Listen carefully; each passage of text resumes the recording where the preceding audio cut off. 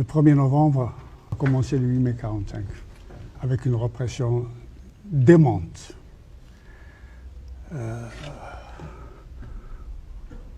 Quand on sait toutes les espérances qui étaient dans les esprits et les cœurs des Algériens, qui ont participé d'une manière très forte à la libération de l'Italie, de la France, ce sont nos soldats, nos frères et quelques sœurs aussi qui se sont fait tuer pour en finir avec les systèmes nazis, fascistes et nippons. Eh bien, le 8 mai 1945 est venu mettre fin à cette espérance. Mais je ne dois pas oublier de dire qu'avant le 8 mai 1945, et pour expliquer le 8 mai 1945, la plupart des organisations patriotiques ont tenu leur congrès en 1944 déjà, le congrès des Amis du Manifeste et de la Liberté. C'était, rappelons-nous, après le débarquement des Alliés, en novembre 1942, vous savez que s'il y avait eu la moindre organisation sérieuse du nationalisme algérien, c'était peut-être le moment de l'indépendance. Parce que les Américains ont envoyé le meilleur ambassadeur dans un sous-marin à Cherchell pour contacter la résistance. Et pour savoir s'il pouvait débarquer. Parce que Rommel était en Tunisie, il était à Tripoli. Il ne pouvait pas admettre le moindre coefficient d'incertitude. S'ils débarquent et qu'ils sont accueillis avec les dispositifs allemands, eh bien, ça aurait été une catastrophe. Alors, à ce moment-là, si nous avions une organisation, si nous avions pris des contacts, eh bien, précisément, pour que il n'y ait pas d'impondérable qui gêne les Américains, ils auraient traité avec le mouvement nationaliste. C'est dire, entre parenthèses, que la responsabilité politique n'est pas seulement au niveau de la direction de mouvement, mais aussi dans la capacité d'anticipation. Et quand on parle de Ferhat Abbas, des élites de l'époque, de tous ceux qui ont fait de la politique, ben, ils ont négligé l'organisation.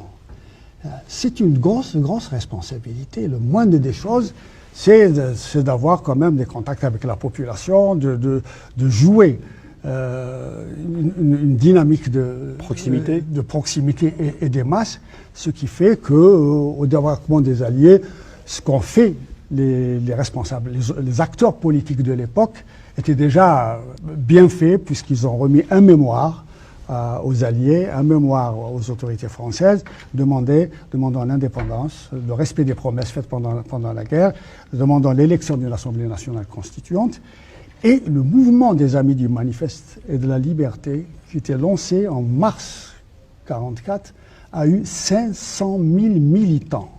L'organisation qu'il y avait à cette époque-là, même dans les petits villages, surtout dans les petits villages. Aujourd'hui, dans les contrées rurales au Maroc et en Tunisie, il y a aujourd'hui même, il n'avait pas l'organisation que nous avions à l'époque.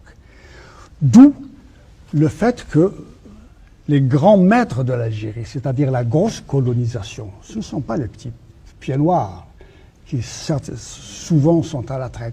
La grosse colonisation a tout fait pour faire une vraie campagne.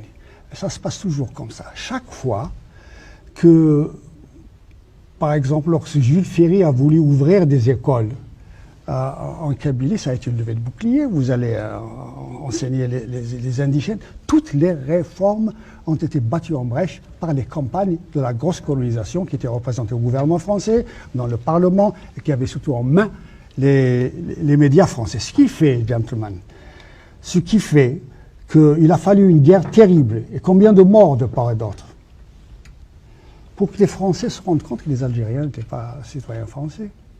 Ils avaient, les Français, et surtout aussi des observateurs même, disons, honnêtes, pensaient que nous avions l'exercice des libertés et des prérogatives attachées à la qualité de citoyen français. Donc il a fallu cette guerre-là. Bon, alors, la grosse colonisation a fait campagne de presse, la valise ou le cercueil, avant même qu'il y ait des événements, et puis ces événements ont été programmés pour donner une leçon, une fois pour toutes, pour avoir la paix, comme il disait, pendant 20 ans. Alors, bon, moi je dirais que ce qui est important, c'est pas, disons, le fait d'une répression qui a véritablement calciné tous les aspects politiques que nous avons mis en place. En fait, le congrès des AML a été la prise de conscience nationale, puisqu'il y avait tous les acteurs politiques. Et cette prise de conscience nationale a été transformée petit à petit en prise de conscience révolutionnaire, étant donné qu'on nous a préparé un grand complot sur lequel je ne reviendrai pas dans le détail. Très bien.